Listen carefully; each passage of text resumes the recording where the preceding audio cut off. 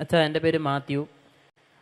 നമ്മുടെ ക്രൈസ്തവരുടെ ജനസംഖ്യ കുറഞ്ഞു കുറഞ്ഞു വരുന്നുണ്ടെന്ന് പറഞ്ഞല്ലോ, അതിന് ആ ഒരു പശ്ചാത്തലത്തിൽ ചോദിക്കുന്നതാണ്. എന്തുകൊണ്ട് നമ്മുടെ വൈദികർ വിവാഹിതരാകുന്നില്ല? അതായത് യാക്കോബായ സഭയിലാണെങ്കിലും ഓർത്തഡോക്സ് സഭയിലാണെങ്കിലും വൈദികർ വിവാഹിതരാകുന്നുണ്ട്.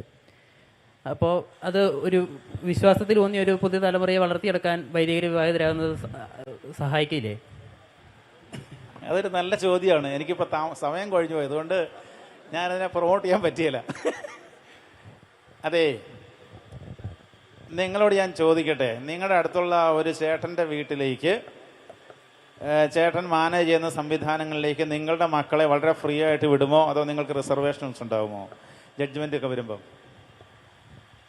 എൻ്റെ സ്വന്തം മക്കള് ജീവിച്ചിരിക്കുമ്പോൾ എനിക്ക് ഒരു പ്രിഫറൻസ് ഉണ്ടായേ പറ്റൂ, അപ്പനാണല്ലോ.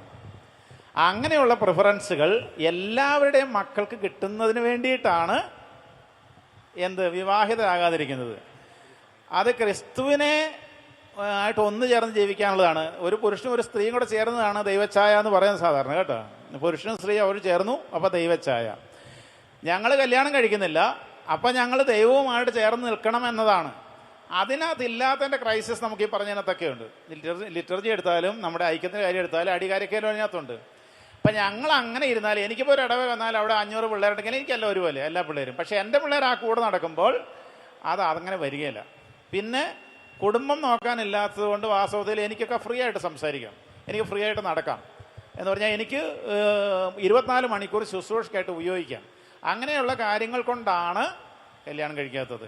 കല്യാണം കഴിക്കുന്നത് കൊണ്ട് ആ പ്രശ്നം പരിഹരിക്കപ്പെടുമെന്ന് എനിക്ക് സംശയമാണ്. കാരണം നമ്മുടെ ചുറ്റുപാടുള്ള മറ്റ് സഭകളെ എടുത്താലും നമ്മുടെ ഈ പ്രോബ്ലം അവരെയും ബാധിച്ചിട്ടുണ്ട്, എണ്ണമില്ലാത്തതുള്ളത്. അതുകൊണ്ട് കല്യാണം കഴിക്കുന്നത് പരിഹാരമായിട്ട് ബുദ്ധിമുട്ടാണ് കാണാം, കേട്ടോ. പിന്നെ കല്യാണം കഴിച്ച ആൾക്ക്, നിങ്ങൾക്ക് ഒരു സ്ത്രീക്ക് പോയിട്ട് ഒരു കല്യാണം കഴിച്ച അച്ഛനോട് അധികം നേരം കോൺഫറൻസ് നടത്താനോ അല്ലെങ്കിൽ സീക്രട്ട് പറയാനൊക്കെ ബുദ്ധിമുട്ട് അനുഭവപ്പെടും. പിടി കിട്ടിയോ? കാരണം അയാൾക്ക് അയാളുടെ കുടുംബം ഉണ്ടല്ലോ. അപ്പം അങ്ങനെയുള്ള പ്രശ്നങ്ങളൊക്കെ കൗതാശികമായിട്ടുമുണ്ട്.